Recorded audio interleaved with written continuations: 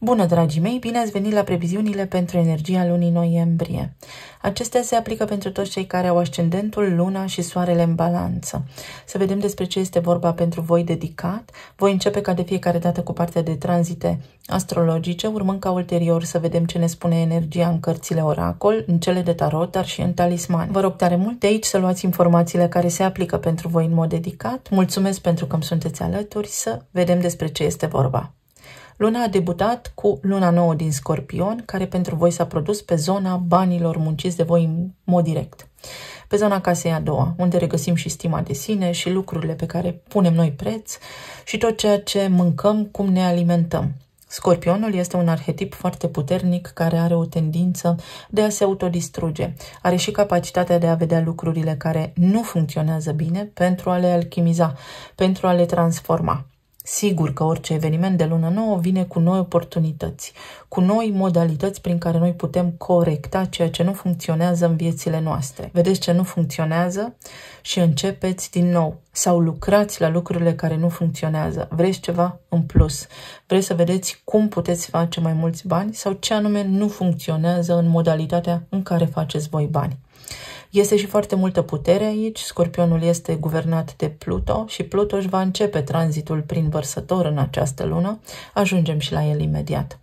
Mai multă putere, curaj să nu vă dați bătuți. Asta spune pentru voi această lună la nivel financiar. Să o iei de la început pentru că ai experiență ca și când nimic nu s-a întâmplat.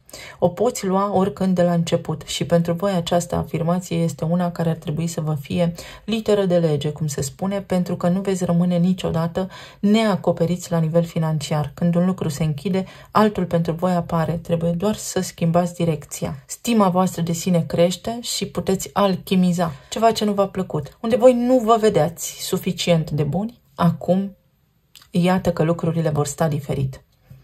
Planeta intelectului și a gândirii Mercur își începe tranzitul prin Săgetător în casa a treia. Bun, pentru a face mai mulți bani, pentru a-mi crește stima de sine, trebuie să mă documentez mai mult. Asta va spune Mercur în Săgetător. Pot să mă înscriu la niște cursuri.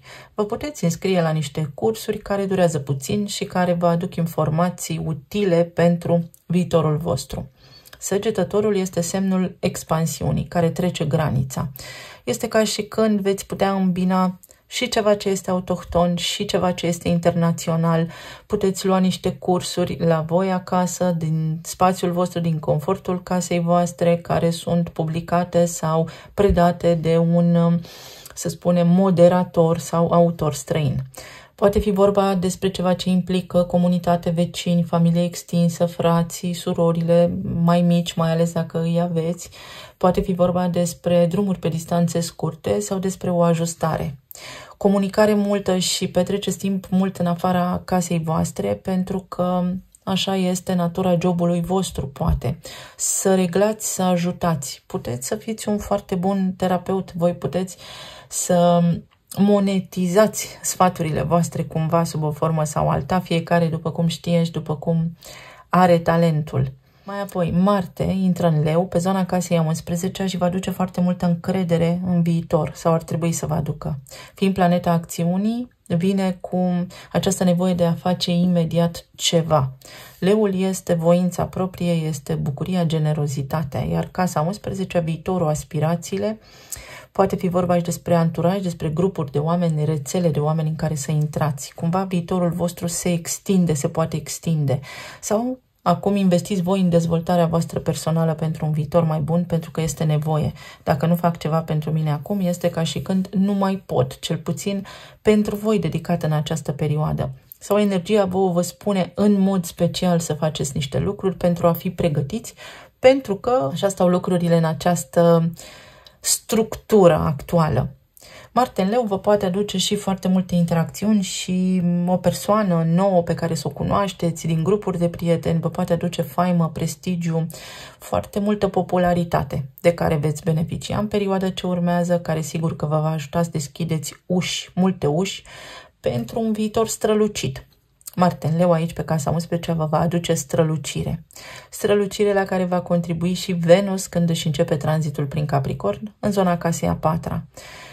Casa 4 înseamnă casa în care locuiți, spațiul locativ, moștenirea, părinții, legătura cu aceștia, proprietățile voastre, dar și trecutul. Și vedeți lucruri foarte, foarte stabile. La voi în casă lucrurile vor sta foarte bine sau există acolo o nevoie de responsabilitate, veți fi voi mai orientați către căminul vostru, vă veți iubi mai mult casa, viața de familie, posibil să fie. Pentru alții dintre voi este vorba despre achiziția de locuință, care acum poate fi posibilă, sau vânzarea, cumpărarea, poate fi și moștenirea, pentru că voi veți avea luna plină din Taur pe casa a 8-a. Este o lună foarte bună, care are legătură cu banii voștri, cu spațiul în care locuiți, cu spațiul locativ și cu tranzacții, cu imobiliare. De ce nu? Apoi, pe data de 15 Saturn, care a fost retrograd, până acum își reia mersul direct în Pești, pentru voi în casa a 6-a. V-ați simțit cumva izolați la nivel de rutină. A fost ceva ce s-a plafonat aici, a fost ceva ce nu v-a făcut foarte mare plăcere. Pești înseamnă arhetipul acesta care vorbește despre transcendență, despre a ne amesteca, despre a face în permanență de toate pentru toată lumea, dar fără ca voi să vă dați seama că nu sunteți una cu ceilalți. De acum înainte puteți face pentru voi individual ceva foarte bun. Această casă a 6-a, pe lângă faptul că ne vorbește despre animalele de companie, ne vorbește și despre sănătate, dar și despre rutină, despre ceea ce faceți voi la locul de muncă. Și tot aici poate apărea un mentor, un om care să vă ajute să vă ghideze și să vă scoată așa cumva în lumină, să vă facă pe voi să prindeți foarte multă încredere în viitor sau să vă vândă un pont. Trebuie să fiți foarte atenți la sănătate, la lucrurile pe care le faceți, să nu irosiți timp în rutina voastră sau motivație. Este vorba despre motivația zilei de mâine. Ce vă motivează pe voi? Această lună este un fel de gata.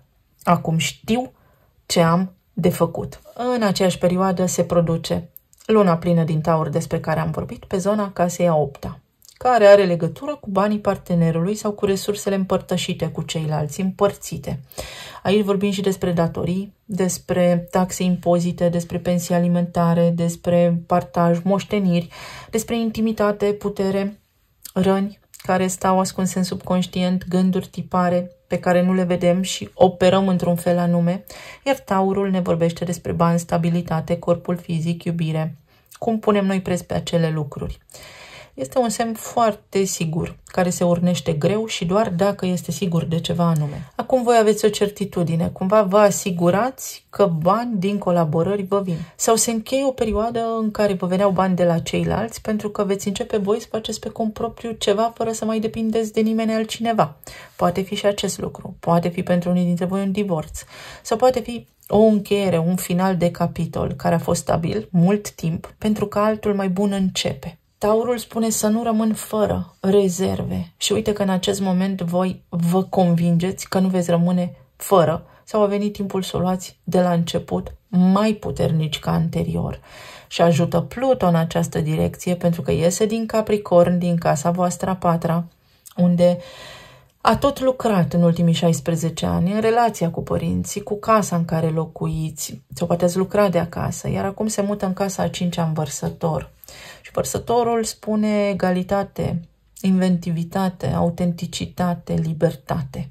Casa a 5-a vorbește despre copii și copilul interior, bucuria vieții, romanța, iubirea, pasiunea, creativitatea, dar și riscurile. Iar Pluto vine și transformă acest lucru și spune ai talent și îl poți monetiza. Într-o formă foarte atipică. Toată viața ta de până acum a fost cumva structurată și uite că se poate trăi și altfel.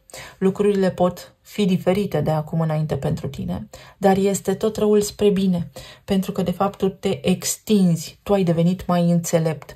Nu este nevoie ca în fiecare zi să faci același lucru care îți afectează sănătatea, ci poți face și lucruri inedite din confortul casei tale.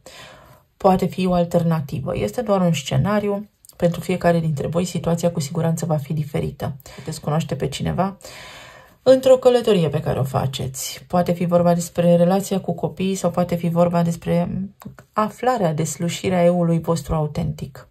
Va transforma foarte mult Pluto din acest moment relația de iubire sau relațiile voastre de acum înainte, modalitatea în care voi vă atașați de cineva, pentru că aduce posibilitatea de a avea un atașament sănătos, de vindecare masivă și puternică. Soarele intră în casa a 3-a în Săgetător, se schimbă energia și veți începe să faceți drumuri, să faceți poate achiziții sau să vă documentați mai mult, să prindeți încredere, să stați mai mult de vorbă cu oamenii, să fiți mai deschiși și mai exuberanți. Vorbiți cu oameni care s-ar putea să nu fie de aceeași naționalitate cu voi sau vă gândiți voi, poate unii dintre voi la o relocare în altă țară sau vă dați seama despre credința pe care ați avut-o până acum, vi se schimbă convingerile, aflați niște lucruri noi, vă simțiți mai puternici, mai documentați.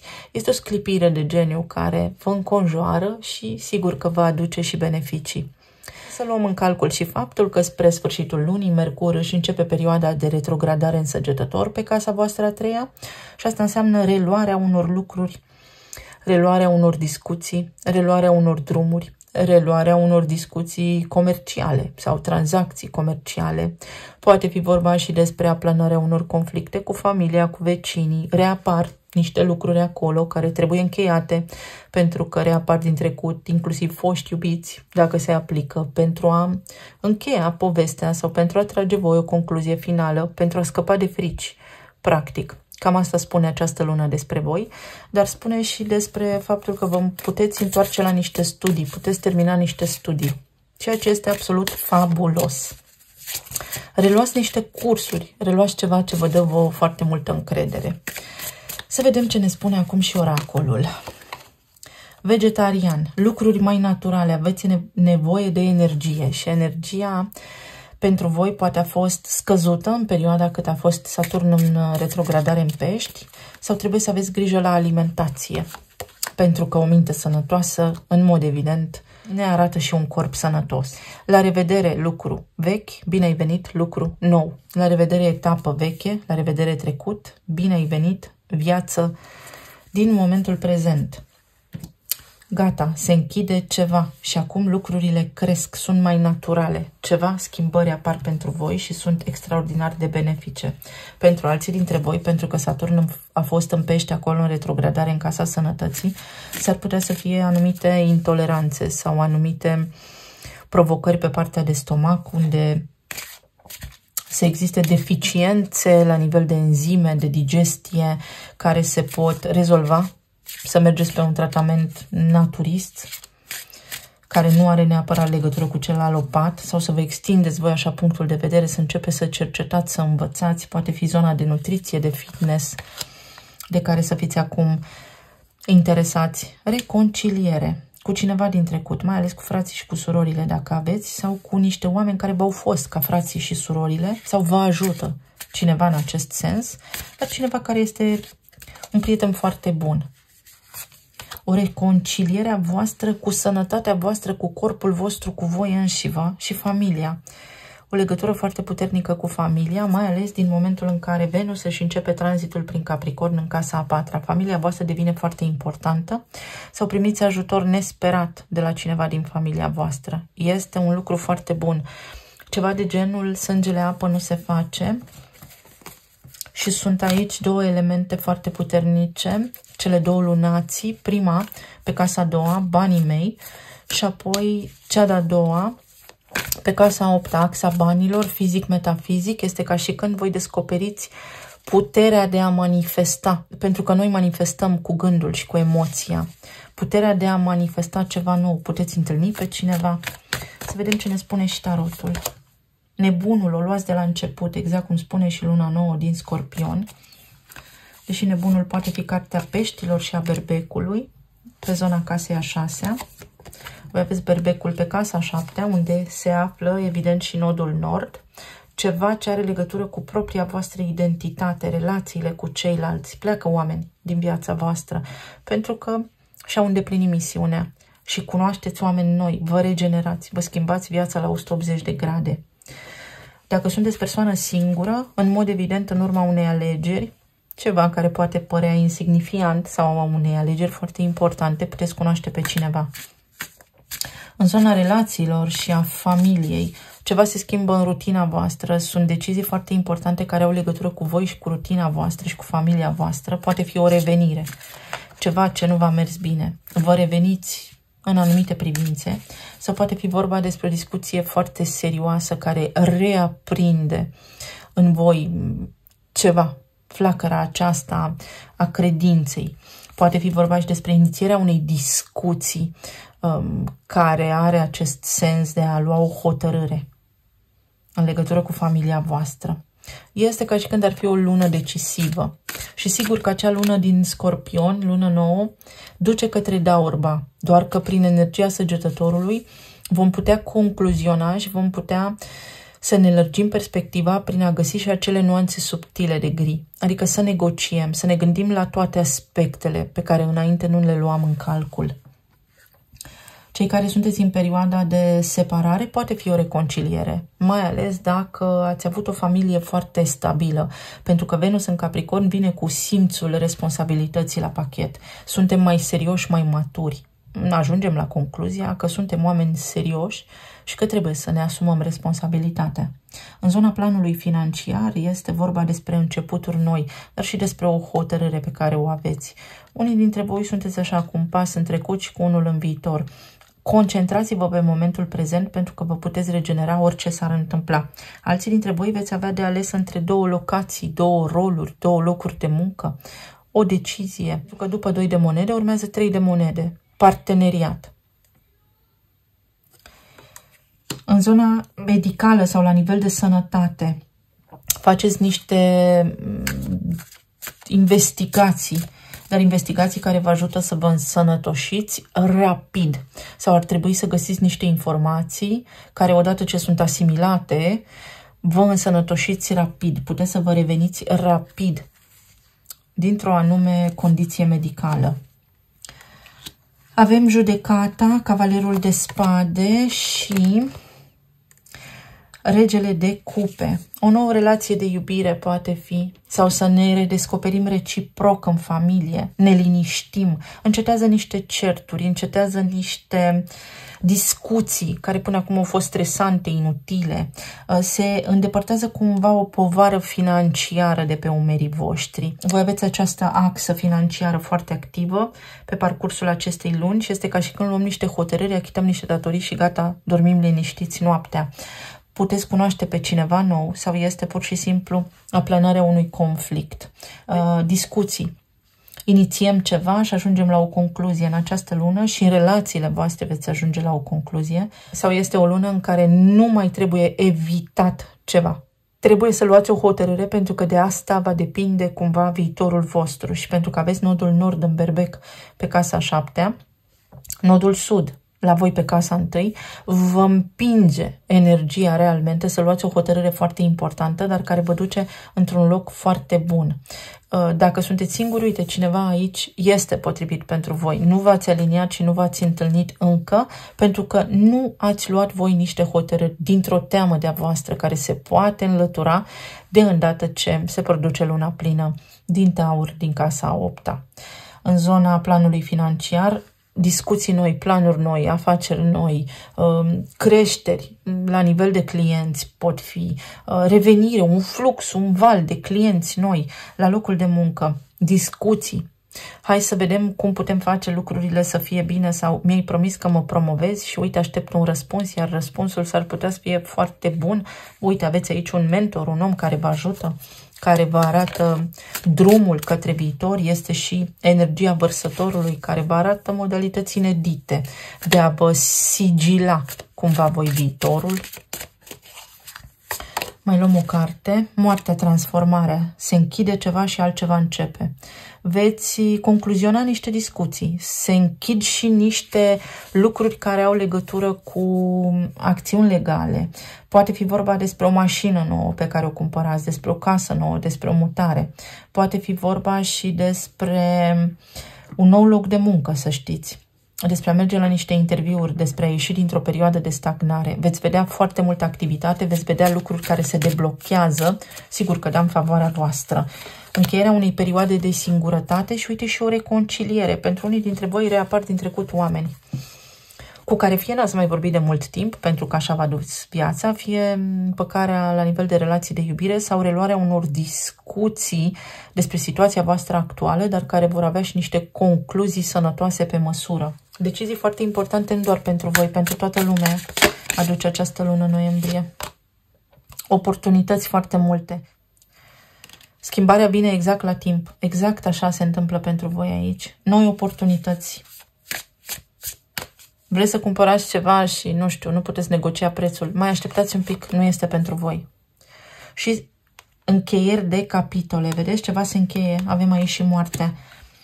Pentru că altceva începe. Aveți resurse la îndemână. Din nou se repetă această temă a deciziilor. Trebuie să iau o hotărâre și în urma deblocării energiei prin acea hotărâre, voi progresați. O luați de la început, se activează acest as de bâte, care înseamnă noi oportunități, noi direcții, oameni noi în viețile voastre. Aveți un as în mânecă. Veți fi omul potrivit la locul potrivit sau, uite, se întâlnește... Vă întâlniți voi, mai bine spus, cu șansa voastră. Incredibil de bună luna pentru voi. Și poate fi și o revenire. Sau o hotărâre importantă. Reveniți asupra unor lucruri pe care le-ați mai discutat și această lună va aduce o concluzie concretă. Nu mai oscilați, nu mai este ambiguitate. Totul este negru pe alb. Să vedem ce spun și talismanele.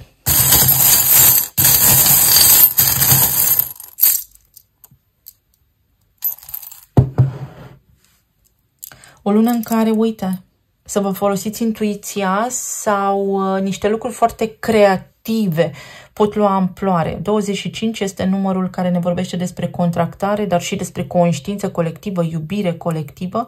Și aici avem peștii.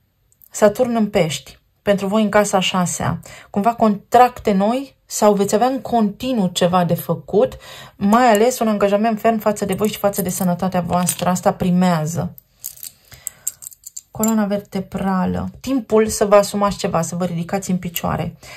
Urcați, vă veți ridica, veți ascensiona într-o anume direcție, fiecare dintre voi individual. Vești bune care vă redau încrederea în voi înșivă și nu numai în voi înșivă, în viață, în așteptările voastre.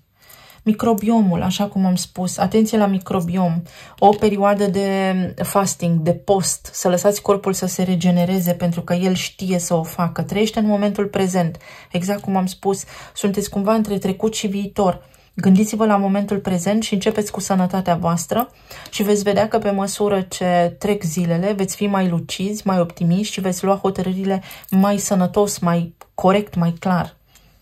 Vești care vă bucură, relații de afaceri, vă ies niște treburi la nivel financiar, v-ați plătit facturile, se liniștesc niște lucruri. Din nou, nutriția și ceea ce mâncați, puteți face un reverse aging, să vă întoarceți cumva așa cu sănătatea, să intre ceva în remisie și nu vorbesc aici doar despre boli mai grave sau unde nu mai aveți nicio speranță, credeți că nimic nu se mai poate face. Puteți modela ceva, puteți lucra la ceva. Uite, sănătatea din nou trebuie reparată. Atenție la sănătate. Ocupați-vă de sănătatea voastră. Veți avea un start, dar voi. Vedeți acolo vărsătorul când se activează prin Pluto, vi se spune ingenios, genial, vă vin niște idei, aveți experiență. Bazați-vă pe intuiția voastră, dar și pe voi, pe gândurile voastre. O declarație de iubire. Uite, se încheie un conflict. Sau vă puteți împăca cu cineva. Sau revin în viața voastră niște oameni cu care nu ați mai păstrat legătura de-a lungul timpului, dar vă aduc bucurie oamenii aceștia și vă reveniți voi, vă regenerați voi, vă simțiți voi din nou puternici. Inițialele sunt F și O. Un off. Se închide ceva, uite, o povară, mai ales la nivel financiar. Foc, asul de bâte. Pornesc de la început. O dietă este necesară pentru unii dintre voi și nu spun neapărat pentru pierderea kilogramelor, ci pentru alimentație, pentru sănătate. Ziua de vineri și nebunul, un început. Venus în Capricorn vă ajută. Ori schimbați locuința, ori ceva se întâmplă cu un spațiu, ori este vorba despre relația cu ai voștri părinți, despre părinții voștri sau voi ca și părinți. Este o conexiune foarte puternică aici la nivel de familie și de neam și nu aveți pentru ce să vă îngrijorați. Este o lună extraordinar de bună. Vă mulțumesc tare mult! Vă doresc să aveți o lună senzațională, așa cum vă doriți, și să ne reauzim cu bine și data viitoare. Pa, pa!